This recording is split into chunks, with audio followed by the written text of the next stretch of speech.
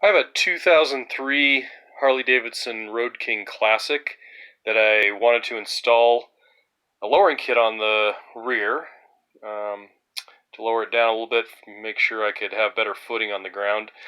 You can see that down in there.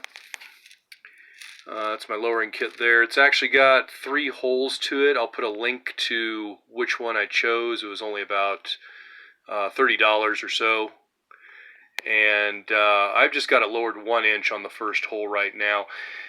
The reason I'm making this video is there's a few modifications you have to do for the Road King Classic because, as you can see in there, there's a pretty good indentation for the shocks. And when you change the angle and bring that bottom of that shock back, the shock would normally hit that bump out, which wouldn't make it work so well. So what I did was I went to Home Depot. No plug for them in particular, but just wanted to say that's where I got these. I got some 1/2-inch bolts and lock nuts, and I got some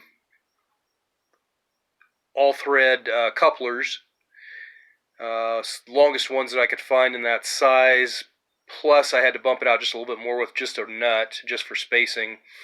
And then the washers I have to put on both sides, as you can see, both sides of that where the quick release used to be. One there, and then also one inside the bag, because the hole's really big. Otherwise everything would go through. So that spaced the top out enough. Worked really well. Then to get the bottom, we'll get underneath here and I'll show you what I did. Tried a few different things. This one seemed to be the easiest one. I just took some little 1x2s, cut them up. I believe it was 2 1/4 inches long for these rubber pieces, so just matched it with that.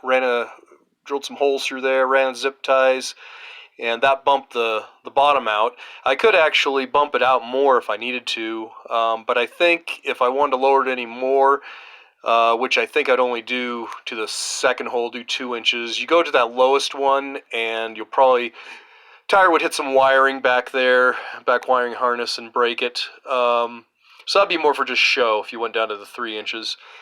So I decided just to go the 1. The 1 seems to be doing pretty well. So I think that's all I will need. I may try 2 inches at some point, but for right now it's fine. But anyway, that was my workaround for the issue with those bags being bumped out like that. As you can see, I've got pretty good clearance. If I wanted to bring that out more, I could do that. But I believe that should be sufficient. So hopefully this helps anybody else who's looking to do the same project. Thanks for watching.